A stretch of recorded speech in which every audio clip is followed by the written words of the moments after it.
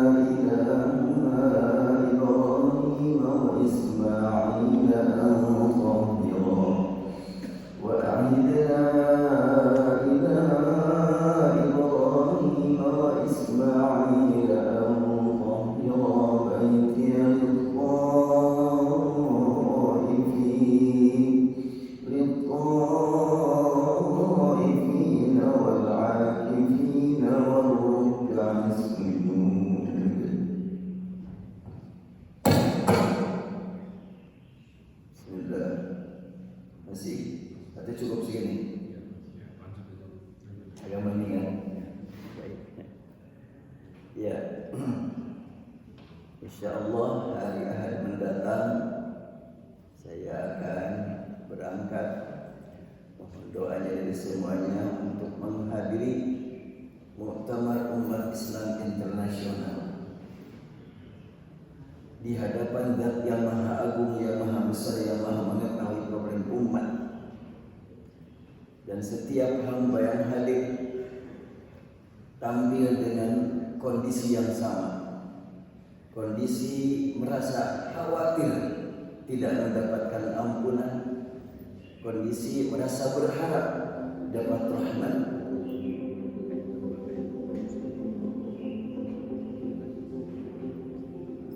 Semuanya sangat berharap untuk mendapatkan nilai yang sama, yaitu nilai haji mabrur. Mereka menyampaikan keluhan sesuai dengan kondisi masing-masing. Sekiranya ibadah yang dilakukan jamaah haji yang datang dari berbagai penjuru dunia betul-betul dijiwai, diresapi, sepulangnya mereka ke tanah air masing-masing pasti akan berpengaruh bagi negara ini, entah pengaruh langsung ataupun tidak langsung. Karena tampilnya orang yang sudah mendapatkan ampunan dari Allah akan merasakan kebersihan hati, kesucian jiwa saat berkomunikasi dengan sesama. Tentu semua orang akan menempati posisi 3 kondisi: atasan dalam satu hal, bawahan dalam hal yang lain, dan sederajat dalam hal yang lain. Saya pemain di sini di hadapan ibu-ibu, bapak-bapak, semuanya ibu-ibu dan bapak-bapak dalam beberapa hal sederajat dengan saya, dalam beberapa hal di atas saya, dalam hal yang lain mungkin di bawah saya. Dalam segi apa? Allah Maha tahu. Seseorang umpamanya baru belajar Islam, tapi dia khusyuk ibadahnya mengalahkan kita, berarti dia atasan kita. Ilmunya ya di bawah kita. Harapan pada Allah Subhanahu wa taala, punya harap, punya rasa takut, boleh jadi sederajat dengan kita. Kalau sekiranya semua pihak seperti itu, insya Allah akan senantiasa berupaya menjadi orang yang berguna bagi kepentingan yang lain. Dan kita gali surat Al-Hujurat ayat 10. A'udzubillahi minasyaitonir rajim. Innamal mu'minun. Innama biasa diartikan sesungguhnya hanyalah. Al-mu'minun, kelompok dikatakan mukminun memiliki sifat atau kriteria sebagai mukminun, ikhwatun. Mereka satu sama lain memandang semuanya sebagai satu turunan. Namanya ikhwah. Ikhwah itu lebih kuat daripada ikhwan. Ikhwan khusus laki-laki, akhwat khusus perempuan. Kalau ikhwah laki-laki perempuan. dan ada ikatan yang sangat kuat. Biasanya disebut ikhwah syaqiqah, asyiqah itu adalah seayah seibu. Jadi mukmin dengan mukmin, ikatan persaudaraannya lebih abadi daripada ikatan persaudaraan beralasan darah. Makanya diikatkan juga dengan keimanan. Saat kita melakukan pergaulan dengan sesama mukmin, otomatis akan mengalami perbedaan berpikir, perbedaan berbuat, berkata, beraksi. Di situ akan dihadapkan kepada sekian banyak hal yang di luar dugaan. Fa'aslihu, lakukan perbaikan antara satu dengan yang lain. Sesama mukmin, kata Al-Quran, adalah lakukan perbaikan. Maka di sini kalimatnya adalah itu, damaikanlah kedua saudaramu, damaikan. Baina akhawaikum. Ini bacaan akhawaikum, dua saudara. Bacaan Ya'qub, baina ikhwatikum. Jadi ada bacaan Ya'qub dari salah satu qiraat Asyrah, qiraat 10. Fa aslihu baina ikhwatikum. Persaudaraan kamu semuanya dihadapkan kepada sekian banyak masalah. Bagaimana caranya supaya manakala kita menemukan satu masalah bisa dapat diselesaikan dengan mudah? Wattaqullah. Komunikasikan dengan Allah Subhanahu wa taala. Allah yang menciptakan kita, Allah yang mengatur kehidupan kita, Allah Maha tahu masa depan kita. Komunikasikan dengan Allah. La'allakum turhamun. Dan untuk membuktikan keimanan orang beriman, persaudaraan mukminun, Allah sediakan Ka'bah. Bagaimanapun upaya luar ingin memecah belah umat Islam pasti akan gagal kalau sudah dihubungkan ke Ka'bah. Sekarang kita berada di sini, sholat menghadap ke Ka'bah. Dari sebelah barat Mekah, sebelah timur, sebelah utara, sebelah selatan, semuanya menghadap ke Ka'bah. Ini persatuan tidak mungkin dapat diganggu. Bagaimanapun upaya-upaya luar, terutama sekarang ini, ada orang-orang yang saya kaget itu. Seseorang yang sangat saya cintai karena Allah dan keilmuannya sangat luar biasa. Ia adalah satu alma mater dengan saya. Saya lihat entah itu AI atau beneran. Tiba-tiba dia membaca sejarah Saudi, bahwa kerajaan Saudi adalah keturunan Yahudi. La haula wala quwwata illa billah. Buat apa mengangkat itu? Iya ataupun tidak, apa manfaatnya? Urusan masalah nenek moyang kita juga manusia nggak tahu. Kakek nenek saya itu dulu agamanya apa kan kita nggak tahu. Yang penting sekarang gitu. Dan bagaimana hubungan kita sama mukmin sekarang? Ya, saya ditakdirkan Allah Subhanahu wa taala sebagai pelaku sejarah di Mekah sejak 40 tahun lebih. Ya, dari waktu ke waktu fasilitas yang disiapkan oleh Ali Saud, pemerintah Saudi, kerajaan Saudi untuk melayani hamba-hamba Allah yang berdatang dari berbagai penjuru dunia terus semakin meningkat. Fasilitasnya semakin bagus terus. Dan dengar-dengar saat ini di Arafat beberapa kali lipat dibandingkan tahun lalu fasilitasnya. Tahun lalu saja sudah luar biasa. Dulu tahun 80-an yang namanya tenda di Arafat pakai AC itu hanya enak plus. AC-nya pun AC dikasih diguyur air, bukan AC dari diguyur air, kasih air baru tidak terlalu panas. Sekarang subhanallah tenda juga sudah permanen, bahkan di antara jamaah yang kedinginan di Arafat. Itu fasilitas semakin baik terus. Di Mina dulu ya banyak batu-batuan, sekarang sudah pakai keramik. Pelayanan begitu meningkat, tapi terus dicaci maki gitu. Itu jelas ada upaya pihak luar ingin mengadu domba umat Islam, enggak akan berhasil. Bagaimana? Karena Allah Subhanahu wa taala telah menyediakan wa idz ja'alna al-baita mathabatan lin-nasi wa amna. Ingatlah ketika kami menjadikan yang aman. Jelas sekali ini. Tempat berkumpul dan aman. Wa idh ja'alna baita masabatan lin-nasi wa amna. Wattakhidhu min maqami Ibrahim musalla. Jadikanlah sebahagian makam Ibrahim sebagai tempat salat. Makam Ibrahim mengingatkan umat manusia seluruh dunia kepada jasa Nabi Ibrahim.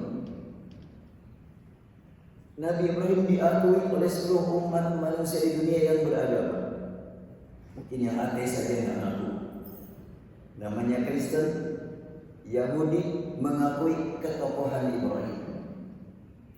Bahkan ketika saya diizinkan Allah ke Palestina, di sana ada Masjid Khalil, Masjid Ibrahim. Ada jalan yang berbeda. Saya masuk ke pintu dan sudah melalui beberapa jaringan ya. Di situ masuk berjajar tentara Yahudi. Masuk tentara Yahudi lagi. Pas sudah mau masuk ke pintu, ada tentara Yahudi lagi pegang senjata. Pas sudah saya masuk ke pintu, di balik pintu ada seorang tua sedang membaca Quran. Saya masuk dan dia berhenti baca Quran. Saya pun langsung mengucapkan salam dan dia menatap wajah saya. Saya berkata, "Ana asy'ur bima tash'urun." Saya merasakan apa yang Anda rasakan saat ini. Dia sempat berlinang air mata dengan mendengarkan kalimat saya. Setelah itu orang tua tersebut, "Ayo khidmah ya waladi, apa yang saya lakukan untuk melayani Anda?" Saya bilang, "Saya mau nanya aja, kalau tempat sholat kita di sebelah mana?" Kata dia, "Jalan lurus belok kanan." Sebab sebelah kiri itu orang Yahudi, sebelah kanan kami orang Islam. Alhamdulillah saya lanjut. Dia bilang, "Saya perlu antar juga." Saya bilang, "Tidak perlu antar. Masa saya harus nyuruh orang tua?" Saya jalan terus. Kemudian kan ada gaib sebutkan ini tempat Siti Hajar, tempat Ismail, tempat Nabi Ibrahim. Di situ saya betul-betul tidak tahan. Pernapasan saya itu betul-betul sesak rasanya. Membayangkan di sini banjir darah saat orang-orang sedang ruku dan sujud, dihantam oleh orang-orang Yahudi di situ. Disitulah Masjid Khalil. Dan tentu sampai saat ini mereka mengaku ketokohan Yakub. Nah, sebelah kiri itu dianggap kuburan Nabi Yakub. Dan orang-orang Yahudi di sanalah sedang beribadah. Tujuannya ibadah. Cuma memang beda cara, dan bukan cuma sekedar beda cara tampilan, tapi juga beda akidah. Ini yang tidak dapat kita tolerir yang begitu. Dan Rasulullah SAW sudah menegaskan sejak zaman dahulu, umat manusia itu adalah terpecah. Dan pecahan-pecahan itu ada yang memang positif, ada yang negatif. Adanya di Indonesia beberapa organisasi, ada Persis, Muhammadiyah, NU. Alhamdulillah bertemu di masjid. Karena semuanya ala millatin wahidah, satu millah. Cuma metodologi memahami yang berbeda. Punya tujuan yang sama, punya niat yang sama. Di dalam memahami berbeda. Itu realita yang namanya perbedaan. Jangankan antara Persis, Muhammadiyah, NU, antara bapak dengan ibu juga pasti perbedaan dalam kehidupan sehari-hari. Tapi kan diikat dengan tujuan yang sama, diikat dengan niat yang sama, perbedaan menjadi ajang perlombaan. Alhamdulillah. Kita lanjutkan. Wa idh ja'alna baita mathabatan lin-nasi wa amna wattakhidhu min maqami Ibrahim musalla wa ahidna ila Ibrahim wa Ismail an tahhira baita lil-qaifin wal 'akifin wal ruk'as sujud. Ingatlah, kami wasiatkan kepada Ibrahim dan Ismail, bersihkanlah rumahku untuk orang-orang yang tawaf, yang i'tikaf, serta yang ruku dan sujud. Penegasannya di sini adalah tawaf, i'tikaf, ruku dan sujud. Apa makna tawaf? Kemanapun kita pergi tetap tidak pernah akan keluar dari rumah Allah, ciptaan Allah. Kemanapun kita pergi. Kemudian i'tikaf, melepaskan kesibukan diri untuk Allah. Kesibukan kepada dunia untuk Allah saja, itu i'tikaf. Kita saat ini berupaya untuk menempati masjid, dan inilah i'tikaf namanya. Hanya ada i'tikaf yang biasa seperti i'tikaf 10 hari bulan Ramadan. Setiap kali kita ke masjid niat i'tikaf benar i'tikaf, walaupun cuma 1 jam. Kemudian ruku dan sujud, kalimatnya at-taifin. Taifin itu kata sifat. Emang ada orang yang selalu tawaf di Ka'bah? Kan enggak. Hanya 7 putaran. Tapi kalimat at-taifin artinya hasil dari tawaf mengenai Ka'bah terbawa keluar, bahwa kita sadar betul kemanapun dimanapun kita berada, tetap tidak pernah keluar dari alam Allah Subhanahu wa Ta'ala. Surat Ar-Rahman memanggil kita, ya ma'syarul jinni wal ins, in istata'tum an tanfudhu min aqtaris samawati wal ardi fanfudhu la tanfudhuna illa bisultan. Wahai manusia dan jin, kamu sudah tidak mau lagi tunduk padaku, kata Allah. Kalau tidak mau tunduk kepadaku, ya enggak apa-apa, keluarlah dari alamku ini, tinggalkan bumi. Mau nerobos langit, nerobos bumi silahkan. Tapi kan kemanapun kamu pergi enggak pernah akan keluar dari ciptaan Allah Subhanahu wa Ta'ala.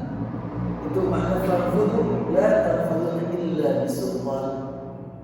Tapi ada yang memahami illa bisultan, tidak akan bisa merobos langit kecuali dengan ilmu pengetahuan. Itu pemahaman. Al-Quran tidak berkata begitu. Sultan itu adalah kekuasaan.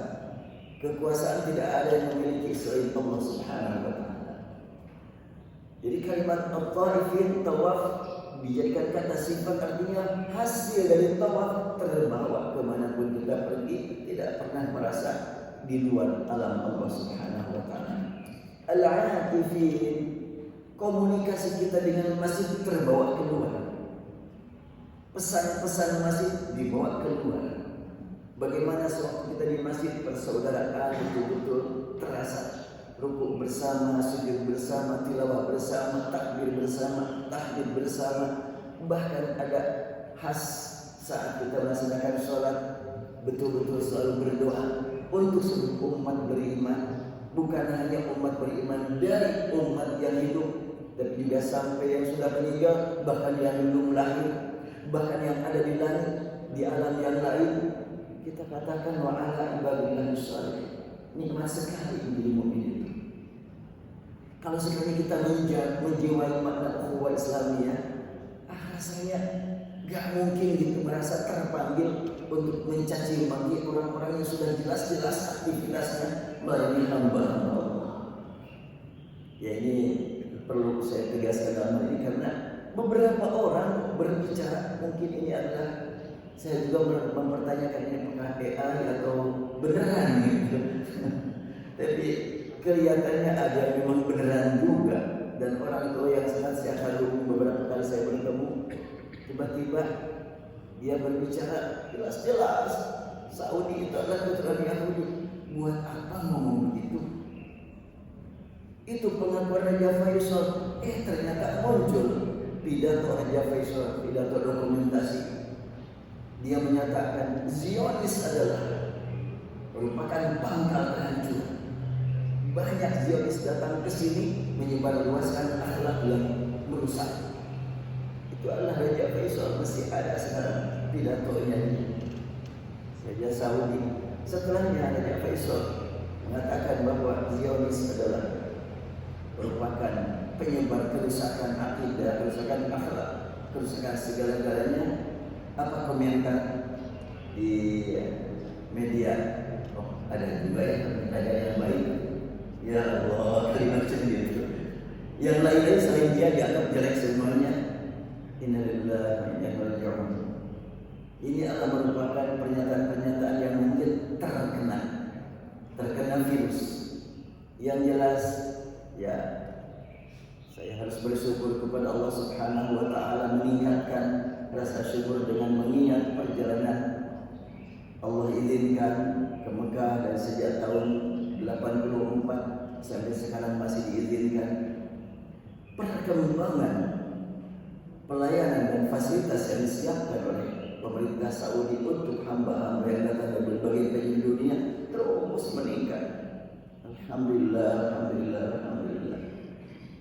Bahkan pada saat diprogram harus ada lockdown, justru Saudi itu memanfaatkan lockdown untuk pembangunan demi kepentingan umat yang datang ke sana. Bandara di Madinah, bandara di Jeddah, luar biasa. Pas tahun 2022 saya ke sana kok, ini luar biasa di bandara dulu. Itu kalau di Jeddah itu antri berdesakan. Sekarang tidak lagi seperti itu. Fasilitas sudah luar biasa, sudah luas sekali bandaranya. Itu dimanfaatkan waktu zaman lockdown itu. 2 tahun pembangunan yang sangat hebat. Dan di beberapa tempat demikian. Alhamdulillah. Bagaimana caranya supaya kita dapat membersihkan diri? Ya, sebelum kita berbicara yang lain, bagaimana kita mewujudkan ukhuwah Islamiyah? Innamal mu'minuna ikhwatun faslihu baina akhawaykum. Tentu pertama-tama kita menghadap kepada Allah Subhanahu wa taala sebagaimana yang diajarkan dalam Al-Qur'an.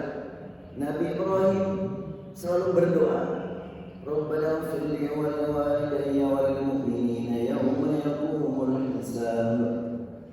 Dalam surat Ibrahim ayat 40-41 menegaskan, Nabi Ibrahim berkata, wahai Rabb kami, ampuni dosaku, dosa orang tuaku dan dosa semua umat yang beriman. Dengan memohon ampun kepada Allah untuk semua umat yang beriman, diharap rasa kesal, rasa kecewa kepada seseorang Allah bersihkan. Demikian pula rasa kecewa orang lain kepada kita Allah bersihkan. Karena bertemu dengan istighfar.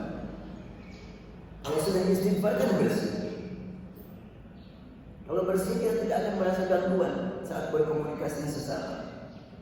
Apabila ada orang yang salah, dapat kita perbaiki. Tidak mampu kita perbaiki, mohonkan ampun kepada Allah. Terutama dalam perjalanan ibadah haji, sangat beragam, datang dari berbagai penjuru dengan budaya yang berbeda, bahasa yang berbeda, bawaan yang berbeda, kemampuan berkomunikasi yang berbeda. Banyak orang Indonesia ditemukan di Mekah gak bisa bahasa Indonesia, hanya bahasa mereka. Masih ingat ya, saya sedang bersama istri tahun berapa ya? Langsung istri saya bilang, tapi itu ada nenek-nenek itu kelihatannya sepelinglung. Kita kejar yuk, ayo. Saya langsung dampingi istri saya langsung menemui nenek. Tidak pakai jilbab, kemudian tidak pakai sandal, jalan di Madinah, gak tahu kemana, langsung kejar. Mbak mau kemana? Pulang. Kemana pulangnya? Sana. Tapi kesannya itu ke masjid Nabawi. Ya, ini jelas sekali belum. Rumahnya di mana? Dia gak bisa paham jawabannya. Akhirnya dicarilah orang yang intonasinya, dialeknya kayak dia. Bahasanya bahasa Jawa lah. Akhirnya dicari. Tolong ini nenek ini kesesat jalan. Bisa nggak berkomunikasi? Udah bisa, ternyata dibawa langsung oleh dia. Dia itu ya ketika ngomongnya nggak paham, kita nggak paham, dia juga nggak paham. Cuma ya perlu dibantu. Pernah lagi istri saya mendekati seorang ibu juga, cuma dia mah gagal ibunya. Tapi dalam keadaan ya dia kebingungan. Maka istri saya nanya, ibu dari mana? Sebutkan daerahnya. Dia soalnya minta bantuan. Ketika istri saya lihat gelangnya, agar bisa dibantu melalui gelangnya, marah dia. Jangan sentuh-sentuh. Wah, bunuh kamu. Engkau minta bantuan tapi ngancam membunuh, coba ini juga. Ya bingung juga harus gimana nih. Terus dicari informasinya. Tiba-tiba kelihatan ada nomor telepon. Langsung dari nomor telepon tersebut, istri saya langsung mentak. Ternyata ya nomor telepon itu adalah nomor telepon pembimbing ibadah dia, tapi enggak datang dia di Indonesia. Tapi ya nggak bisa langsung mentak sampai yang dijemput. Banyak lah ini pengalaman. Dan sewaktu saya di Muzdalifah, saya masih ingat menjelang sholat subuh, saya ajak jamaah saya sedia, ayo kita siap-siap sholat subuh sebentar lagi subuh. Pada berwudu terdengar azan subuh, azan langsung kita sholat. Di depan sudah antri menunggu jemputan bis, sudah antri. Maka kita sholat nyaman-nyaman saja. Nah yang antri diingatkan oleh jamaah saya, Bu, udah sholat dulu, ini udah subuh. Enggak, nanti kalau bisa datang gimana? Sampai antri sampai terbit matahari belum berangkat juga, tidak sempat sholat berapa puluh orang itu. Akhirnya kan jamaah saya nanya, gimana itu? Haji gak sholat subuh? Saya bilang mereka sama dengan kita. Pengorbanan waktu, korban harta, korban komunikasi sosial dengan keluarga dilewat demi meraih nilai haji. Ya tapi kenapa nggak sholat? Ya kita nggak tahu gimana pembimbing mereka. Karena ternyata tidak ada pembimbingnya. Mungkin dia juga bingung kan. Kalau sekali bis datang, dia dalam keadaan sholat ketinggalan, gimana nanti? Akhirnya sudah. Jadi harus gimana? Kita doakan semoga haji mereka diterima. Tapi kan di sholat kerja rumah, itu urusan yang mengizinkan kita tidak tahu. Tapi yang jelas punya tujuan sama, punya niat yang sama. Kalau kita mampu menasihati mereka, tentu. Tapi kan bukan saatnya. Sudah cukup dengan doa. Alhamdulillah doa itu adalah sangat luar biasa, komunikasi tingkat tinggi yang tidak bisa dipengaruhi oleh yang lain-lain. Nah, sering umat Islam itu selalu dilantari dengan tuduhan-tuduhan perpecahan. Baik kita gali hadis Rasulullah SAW yang sering diperalat untuk memperbesar perpecahan umat. Padahal ini adalah merupakan cara untuk menyatukan. Ini perbedaan persepsi, perbedaan memahami dalil.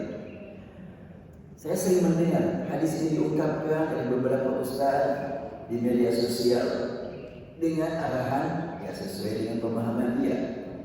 An Abdullah bin Amr dari Allah bin Amr berkata, Rasulullah bersabda, la ya'tiyanna ala ummati ma ata ala bani Israil harwan na'li bil na'li. Umatku akan kedatangan kebiasaan umat terdahulu Bani Israil. Apa kebiasaannya? Obat yang negatif-negatifnya antara lain kalau zaman Bani Israil ada seorang laki-laki menggauli kotor kepada ibunya, menyalahgunakan seksual kepada ibunya di antara umat kedua. Demikian Rasulullah bersabda, wa inna Bani Israil tafarraqat ala 72 millah. Bani Israil terpecah menjadi 72 millah. Wa taftariqu ummati ala 73 millah. Dan umatku terpecah menjadi 70 millah. Kulluhum finnar illa millatan wahidah. Semuanya di neraka. Kulluhum, bukan kullu millah, kulluhum setiap mereka. Beda ya, bukan kulluha. Kalau setiap millah kulluha, tapi kulluhum semua mereka manusia dengan sekian pecah-pecahannya itu di neraka kecuali satu millah. Qalu wa man hiya ya Rasulullah? Yang selamat itu millah apa? Rasul bersabda, ma ana alaihi wa ashabi. Millah yang jadikan pegangan aku dan yang dipegang oleh sahabatku. Begitu pernyataan Rasulullah. Aku dengan sahabatku satu millah. Apa itu millah? Kita lihat ayat Al-Quran. Summa awhayna ilaika an tattabi' millata Ibrahim hanifa wa ma kana minal musyrikin. Kemudian kami wahyukan kepada Muhammad, ikutilah millah Ibrahim sebagai sosok yang hanif dan tidak termasuk orang-orang musyrik. Berarti millah yang selamat, millah tauhid, anti syirik. Nama golongannya apa terserah. Tidak menyebut nama golongan. sifat millah yang paling penting. Biasanya orang menggunakan hadis ini justru menjelaskan semuanya yang masuk neraka kecuali kita. Ini berat ini kalimat itu. Maka saya komentar di sini, hadis ini sering digunakan untuk membela golongan tertentu sebagai golongan ahli surga dan melontarkan tuduhan ahli neraka kepada semua golongan yang berbeda, termasuk berbeda dalam fikih ibadah. Padahal urusan fikih itu realita berbeda. Anda sama kita yang hadir di sini aja banyak perbedaan dalam memahami. Tapi kan tidak berarti itu perbedaan milah.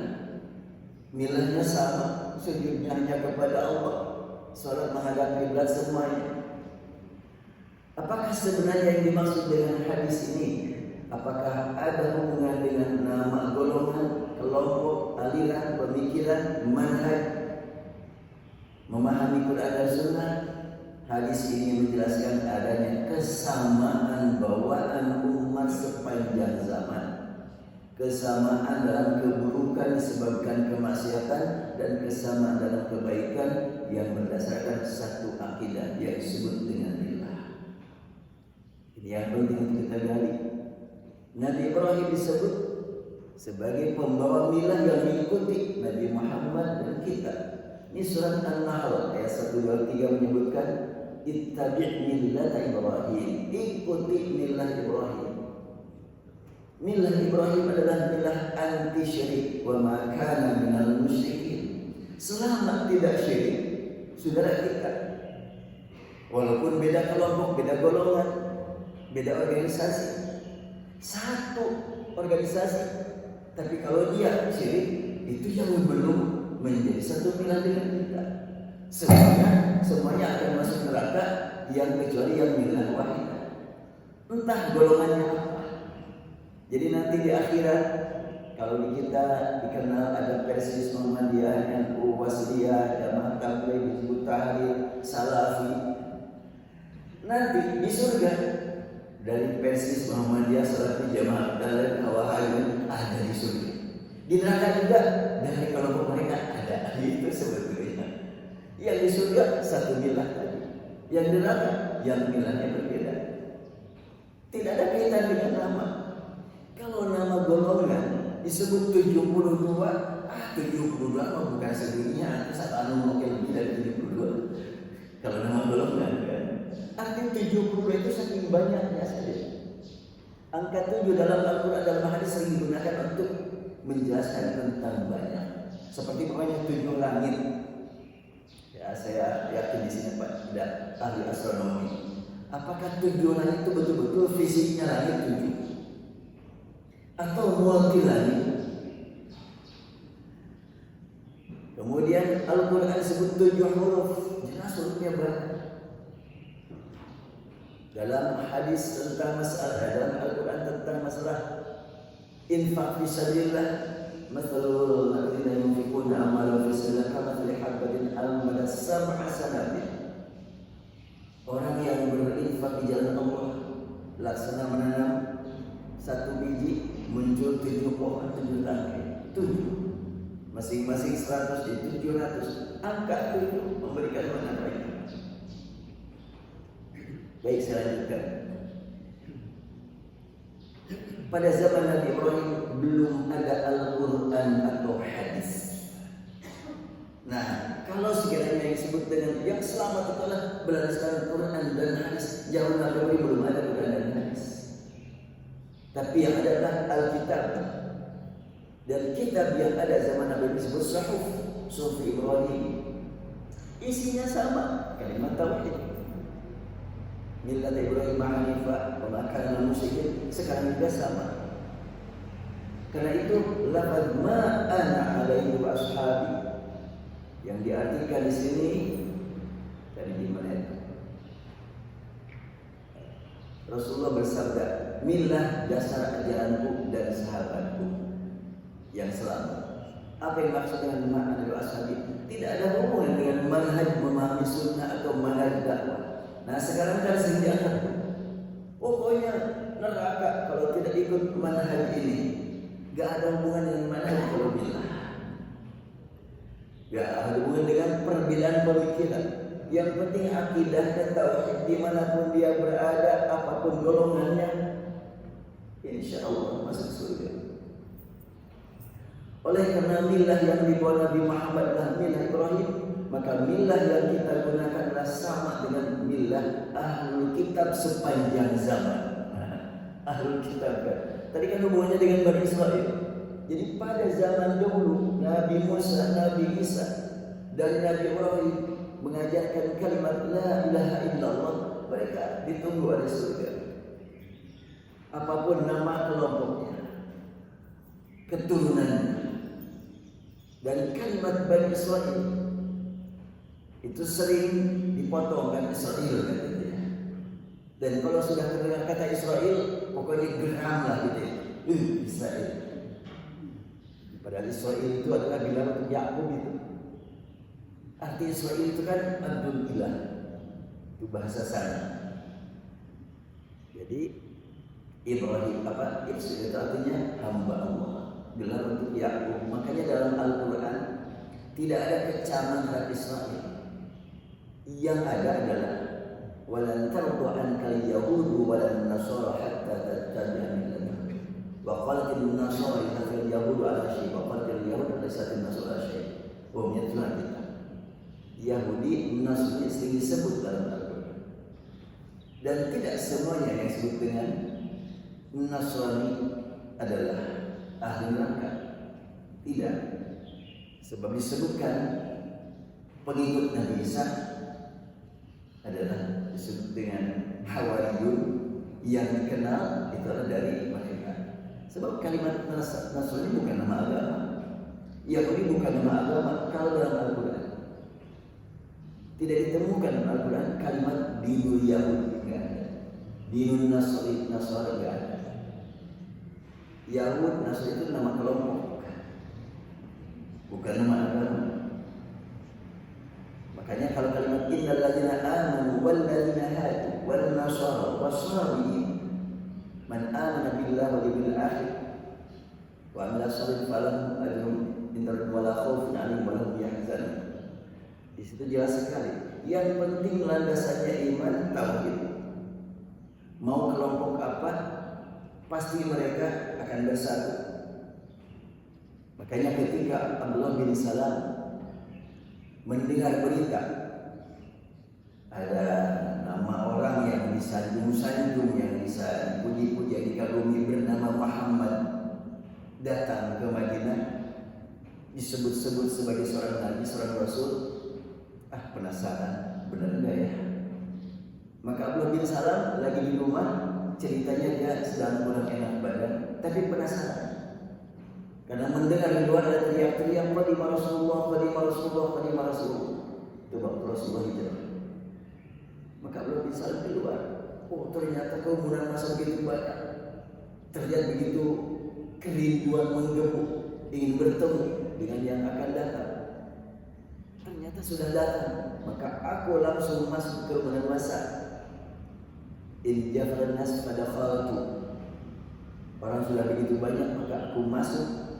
Setelah aku masuk, melihat sosok Nabi Muhammad turun dari untanya, kemudian beliau berdiri menatap wajah satu persatu.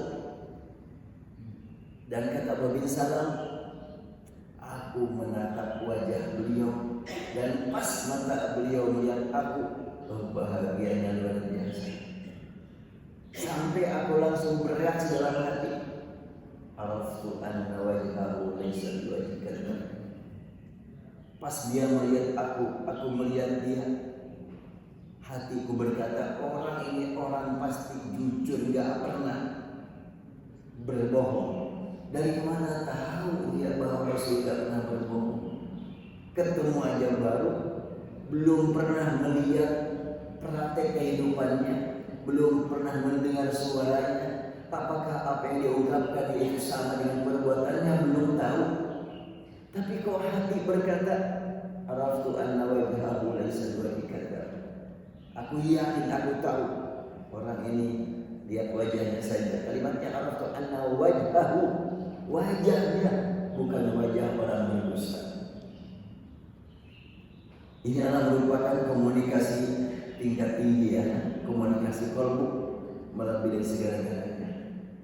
Dan kata dia, aku merindukan ingin mendengar suaranya. Kata dia, fa awwal ma sami'tu an qala ayyuhan nas. Ungkapan yang pertama kali aku dengar keluar dari lisan dia adalah panggilan hei manusia. Nikmat sekali panggilan hei manusia. Ini menggambarkan bahwa betul-betul beliau komunikasinya semua manusia, bukan cuma dengan orang yang sudah mengenal beliau. Ya, di kita paling umum adalah saudara-saudara sebangsa setanah air masih lumayan. Rasulullah, wahai manusia, yang dilihat, yang tidak dilihat, yang sudah hadir, yang belum hadir, yang sudah wafat, yang belum lahir, semuanya terpanggil. Kemudian Rasul bersabda, ayyuhan nas, afshus salam. Wahai manusia, sebarkan kedamaian, kerukunan, keselamatan. Indah sekali kalimat itu. Wa at'imut ta'am, bagikan makanan. Makanya di sini setiap kali pengajian ada pembagian makanan. Ini memang adalah anjuran Rasulullah. Beda kalau membagi makanan senilai 10.000 atau 5.000 dengan membagi duit. Membagi duit 5.000 sangat ditunggu oleh parkiran. Tapi kalau dalam kondisi seperti ini, gak nyaman menerimanya, gak nyaman membaginya juga. At-imut ta'am, silul arham, jalin komunikasi kesayangan. 3 pesan Rasulullah disampaikan pada waktu beliau tiba di Madinah. Itu berkaitan dengan komunikasi sosial. Sebarkan kedamaian, bagikan makanan, jalin kesayangan. Dikunci dengan wasallu billail wan nasu niyam. Lakukan salat di malam hari saat orang lain sedang pada nyenyak tidur. Itu komunikasi dengan Allah yang berguna untuk komunikasi sosial. Kalau kita lihat 4 pesan, 75% hubungan dengan sesama manusia. Tapi karena Allah, 25% hubungan dengan Allah yang berguna bagi kepentingan sosial. Ya, kadang-kadang orang rajin mengkaji Quran, rajin mengkaji hadis hanya untuk komunikasi spiritual semata. Padahal pesan ini komunikasi spiritual ya cuma 1, sedangkan sosialnya sampai 3. Baik, kita lanjutkan. Oleh karena milah yang dibawa Nabi Muhammad adalah milah Ibrahim, maka milah yang kita gunakan adalah sama dengan milah ahlul kitab sepanjang zaman, yaitu ajaran tauhid la ilaha illallah. Jadi hadis ini menegaskan kulluhum finnar illa millatan wahidah. Setiap mereka manusia di neraka kecuali millatan wahidah, kecuali mereka yang dalam satu milah. Terserah nama golongannya apa, tapi milah itu berkaitan dengan akidah, bukan nama golongan. Artinya semua umat akan masuk neraka kecuali umat yang bertauhid. Itu saja sebetulnya maknanya. Atau semua umat akan selamat dari neraka selain yang menyekutukan Allah. Pengertian ini seiring dengan sabda Rasulullah SAW, hadis riwayat Bukhari, yakhruju minan nari man qala la ilaha illallah wa fi qalbihi wazn syamiratin min khairin. Beliau bersabda, akan dikeluarkan dari neraka siapa yang mengatakan tidak ada Tuhan selain Allah dan dalam hatinya ada kebaikan sebesar jemaut. Ya, ini saya belum pernah lihat si jemaut ini, tapi lihat di Google bahwa itu bentuknya. Jadi katanya ada di sebelah pulau yang lainnya yang dimakan jemaut ini. Ya, bijinya itu 1 mili lah. Jadi ada amal kebaikan berlandaskan kalimat tauhid akan dapat menyelamatkan dia nanti di akhirat. Walaupun amal kebaikan pasti ditimbang seberat biji jemaut tadi yang bendanya hanya 1 mili, dan akan dikeluarkan dari neraka siapa yang mengatakan tiada Tuhan selain Allah, dalam hatinya ada kebaikan sebesar biji gandum. Kemudian, dan akan dikeluarkan dari neraka siapa yang mengatakan la ilaha illallah dan dalam hatinya ada kebaikan sebesar biji sawi. Sampai diurut, sekecil apapun pernah berbuat baik di hadapan Allah semata-mata karena Allah, dapat diharapkan mengeluarkan dia dari neraka. Ini sama sekali tidak ada kaitan dengan nama kelompok, nama golongan. Makanya diharapkan kalau perbedaan itu ada, sebetulnya persamaannya lebih pasti. Persamaan antara sama kita lebih kuat daripada perbedaannya. Cuma kadang-kadang orang lebih terpanggil untuk membahas masalah perbedaan, lupa persamaan. Yuk kita kembali kepada persamaan yang lebih banyak dan lebih kuat. Kemudian jadi praktik. Saya baca dulu tadi. Mengapa Al-Quran dan hadis menggunakan istilah millah, tidak langsung saja menggunakan kata akidah tauhid? Akidah adalah keyakinan yang meluruskan amal perbuatan. Sedangkan istilah millah tidak terbatas pada keyakinan dalam hati semata, akan tetapi meliputi perjalanan hidup sehari-hari berlandaskan tauhid yang dihiasi keikhlasan, kesabaran dengan istiqomah. Demikianlah perjalanan Nabi Ibrahim yang dinyatakan sebagai uswatun hasanah. Karena itu hendaklah kita mengikutinya dalam perjalanan hidup sebagai pribadi, anggota keluarga, anggota masyarakat, pada saat seorang diri, pada saat bergaul dengan sesama, sebagai warga negara dan seterusnya. Nabi Ibrahim kita kenal, beliau adalah betul-betul hidup di tengah-tengah masyarakat yang tampil sebagai pembawa ajaran tauhid di tengah-tengah masyarakat penyembah berhala. Nabi Ibrahim tidak berkata, orang-orang enggak mau bersama dengan mereka. Terus siapa yang akan memperbaiki mereka? Ada juga kan pernyataan, kita enggak boleh mengunjungi tempat-tempat yang dulunya orang kafir. Memang kenapa? Ya di situ orang kafir semuanya. Terus yang mendakwai mereka siapa? Al-Quran jelas sekali mengatakan, siru fil ardi fanzur kaifa kana aqibatul mukadzibin. Silakan lakukan perjalanan di muka bumi, jelajahi bumi, silakan kalau memungkinkan. Dan sewaktu di perjalanan lihat akibat-akibat orang terdahulu. Itu adalah merupakan pelajaran yang sangat berarti untuk kita jadikan sebagai nasihat selalu. Kan di Madinah, dari Madinah ada agak jauh, di sana ada nama daerah namanya Al-Ula. Itu sering dibahas itu.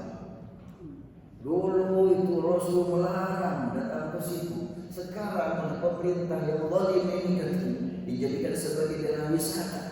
Banyak para yang ke sana. Dicaci lagi para jemaah umroh, jemaah haji kita ke sana caci maki karena mengunjungi Al-Ula.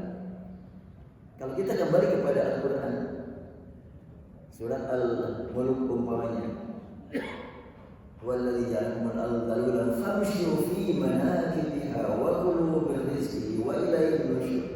Allah telah menciptakan bumi dan Allah siapkan jalan-jalan, silakan telusuri. Dan di situ ada kenikmatan, manfaatkan, syukuri. Namun ingat, kamu semuanya akan didatang jam nanti di akhirat. Wa ilayhi nusyur.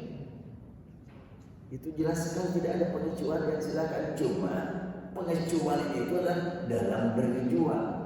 Gak boleh kalian maksa-maksakan diri, menyisihkan uang, cari waktu yang tepat. Gak boleh, kecuali la tusyaddu rihal. Tidak ada perintah yang menuntut kamu untuk berjuang melaksanakannya kecuali mengunjungi 3 masjid. Yang lain-lain tidak dikuatkan perintahnya. Yang lainnya secara umum siru fil ardi, silakan lakukan jalan di bumi. Nah, tapi jangan maksa-maksain ya, kecuali untuk Mekah, Madinah dan Masjid Aqsa. Itu kalimatnya la tusyaddu, tidak dikuatkan. anjuran untuk melakukan perjalanan kecuali untuk menuju 3 tempat. Dipahami oleh sebagian orang enggak boleh kecuali pada yang 3. Bukan enggak boleh kecuali pada yang 3. Jangan maksa-maksa kecuali pada yang 3.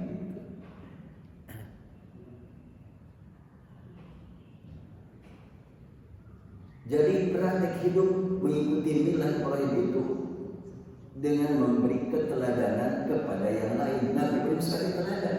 Berarti kita juga harus berjuang menjadi teladan.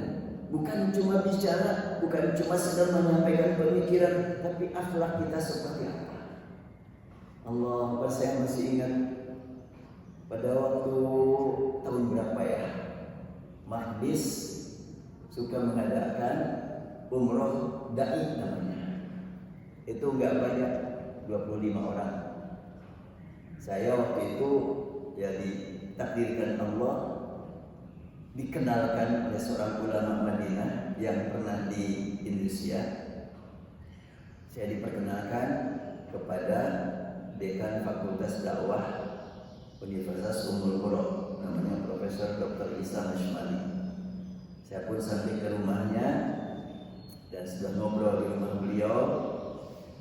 Dan saya punya program, saya sampaikan saya punya program ingin membawa jamaah ahli masjid, imam-imam, para khatib untuk umroh ke sini dan mohon bekal dari para ulama sini. Dr. Isa Mashmali langsung mentah seorang ulama di Mekah di daerah Al-Jurh namanya Syekh Basim Al-Binshawi mantap. Dan saya langsung ditunggu oleh beliau. Dia mengantar saya. Ini saya Islam dia. Tadi saya dibentak oleh Dr. Isa Mashmali. Kita ketemu di mana? Terserah saya bilang di mana. Baik kalau gitu katanya. Pada maghrib kamu ke hotel Jihad, siap. Saya habis sholat maghrib langsung ke hotel Jihad. Di lobi beliau datang. Ngobrol sebentar. Kata beliau, saya dengar Anda punya program ini. Ya, siapa yang akan bawa? Saya sebutkan. Lalu dia nanya, sampai yang dia kenal tokoh-tokoh Indonesia ditanyakan kepada saya, bagaimana orang ini, bagaimana orang ini. Luar biasa, sudah kenal betul ya. Termasuk dia nanya tentang Agim. Saya sebutkan lagi. Lalu setelah itu ini aja katanya, kamu bawa pada dai, para ulama di sini, kamu yang ngurus visa, kamu yang ngurus tiket. Kalau sudah sampai di sini, saya yang menanggung segala-galanya. Allah. Betul. Sampai di sana, saya kontak beliau, langsung beliau bawa bis, dibawa jamaah saya ke hotel yang sudah disiapkan ini. Masuk ke hotel, saya mah gak bicara hotel gak bayar. Di hotel dihadirkan para ulama.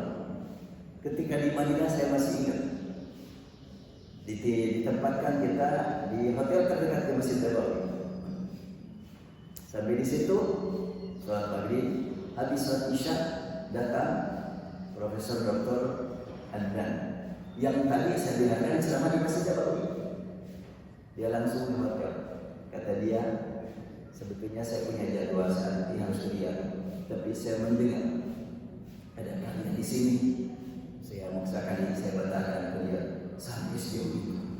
Dan dia bicara, kita bersyukur kepada Allah, kita dipertemukan di tempat Rasul di dunia. Semoga Allah pertemukan kita dengan Rasul di akhirat. Jamaah saya semuanya nangis. Karena kalimat itu keluar dari hati. Luar biasa kalimat-kalimat itu. Saya sebagai penerjemah, ya sebetulnya harapan dia balik jalan terjemahkan ini kan pada dai itu. Tapi saya bilang, iya walaupun mereka tahu bahasa Arab, bisa baca kitab, tapi belum tentu ngerti bahasa lisan. Saya bilang, oh ya silakan terjemahkan, saya terjemahkan. Dan terus saya dibawa keliling oleh para ulama di sana. Itu saya pernah memberangkatkan 4 kali. Luar biasa mereka itu akhlaknya. Ada salah satu di antara yang mengisi acara itu namanya Syekh Hamdan. Dia bawa mobil sendiri jarak 400 kilo dari rumah dia ke Madinah. Setibanya di Madinah, dia sudah menyediakan ya karpet, ada makanan, dikelilingi oleh mobil di padang pasir. Nah, setelahnya tukar pikiran dari informasi tentang dakwah. Selesai itu, dia nanya kepada saya, berapa nih jamaah yang bersama kamu? Sudah 25 orang. Langsung dia mengeluarkan tasnya 25 amplop, isinya 500 real bagi. Semana dibagi 500 real. Terus kan berapanya? Ya 2 jutaan, 2 juta setengah. Dibagi semua orang 2 juta. Setelah itu dia pulang, nyetir sendiri. Usianya di atas 50-an.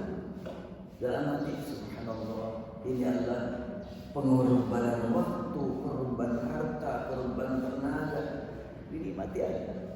Jadi sebetulnya amal itulah keteladanan. Keteladanan mengikuti jejak Nabi Ibrahim. Baik, satu hadis lagi saya bacakan. Sudah jam 6 ya. An Anas bin Malik qala Rasulullah sallallahu alaihi wasallam inna bani Israil iftaraqat ala 71 firqah. Bani Israil terpecah menjadi 71 firqah. Kalau tadi milah sekarang firqah. Dan umatku akan terpecah menjadi 72 firqah. Semuanya di neraka kecuali satu, yaitu al-jamaah. Yang tidak firqah jamaah. Jamaah itu perbuatan, bukan nama. Bukan nama kelompok namanya jamaah, apa kalau gitu? Kehidupan berjamaah. Kita wujudkan berjamaah. Kehidupan kita berjamaah dengan semua orang yang bertauhid dan yakinah wahidah. Dimanapun dia berada, golongan apapun dia jadikan ya tempat dia beraktivitas, yang penting kita saling mendoakan untuk dapat ampunan. Itu berjamaah dari mulai amal salat. Walaupun terus aja sholat berjamaah, tapi ternyata hatinya tidak mendoakan orang lain. Cuma nama jamaah, tapi belum praktik. Baik, hamba-hamba Allah, karena sudah jam 6, insya Allah lain kesempatan kita bertemu lagi, dan saya mungkin datang lagi ke sini bulan Juli, insya Allah. Bulan Juni masih di sana. Saya pulang 27 Juni, jadi Ahad kedua bulan Juli insya Allah sudah. Allahumma salli wa sallim ala sayyidina wa habibina syafiina wa lana Muhammad wa sallallahu wa ta'ala ala sahabati rasulullah ma'ani. Ya Rabbana lakal hamdu kama yanbaghi li jalali wajhika wa 'azimi sultanika. Allahumma anta jama'ana hadha jam'an marhuma wa ja'al tafarruqana min ba'dihi tafarruqan ma'suma. Ya Allah, ya Rahman, ya Tuhan, telah Engkau pertemukan kami di dunia dengan hamba-hamba yang sama-sama mengatakan la ilaha illa anta subhanaka inni kuntu minadh dhalimin. Ya Allah, pertemukan kami semuanya dengan semangat bertauhid di akhirat nanti. Di bawah naungan rahmat dari Allah, apapun nama kelompok mereka, organisasi mereka, dimanapun mereka tinggal dan berada, kami mohon ya Allah, Engkau izinkan kami, semua orang yang bertauhid padamu, Engkau izinkan untuk bertemu dengan Rasulullah ya Allah. Pertemukan kami dengan Rasulullah bersama anggota keluarga kami semuanya ya Allah. Jangan ada yang terkecuali seorang pun dari keluarga kami. Allahumma ya Rahman ya Tuhan kami. Kami belum mampu memberikan keteladanan kepada keluarga, apalagi keluarga. Kami belum mampu mengikuti jadwal Nabi Ibrahim sebagaimana mestinya. Namun demikian kami mohon jangan Kau haramkan kami untuk bertemu dengan Rasulullah, bertemu dengan Nabi Ibrahim di akhirat nanti. Pertemukan kami Allah dengan para Rasul, para Nabi bersama keluarga kami. Allahumma rabbana 'alaika tawakkalna wa ilaika anabna wa ilaikal masir. Ya Allah, ya Rabbana, ya Tuhan kami, banyak hamba-hamba yang saat ini berjauhan dengan keluarganya karena menyambut panggilan dengan mengucapkan labbaik Allahumma labbaik. Ya Allah, ya Rahman, hamba-hamba ridha berpisah untuk sementara di dunia. Kami mohon ya Allah, Engkau pertemukan di akhirat di bawah naungan rahmat dari Allah.